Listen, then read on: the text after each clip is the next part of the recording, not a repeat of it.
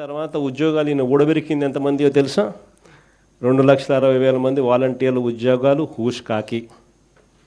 ఈయన వస్తానే 15,000 మంది ఏపీ బ్రివరేజెస్లో పనిచేస్తూ ఉన్న కాంట్రాక్ట్ ఎంప్లాయీస్ హూష్ కాకి. ఈయన వస్తానే రేషన్ షాపుల్లో రేషన్ బండ్లు పెట్టుకుని నడిపిస్తూ ఉన్న 9,800 మంది వాహనాలు, ఒక్కొక్క వాహనంలో 2 పనిచేస్తారు, 20,000 మంది ఉద్యోగాలు హూష్ కాకి. ఈ మనిషి వచ్చిన తర్వాత ఉద్యోగాలు కొత్తవి ఇవ్వడం దేవుడెరుగు, కానీ ఉన్న ఉద్యోగాలు ఏకంగా 3 లక్షల పైసలకు ఉద్యోగాలు హూష్ కాకి ఈయన వచ్చిన తర్వాత.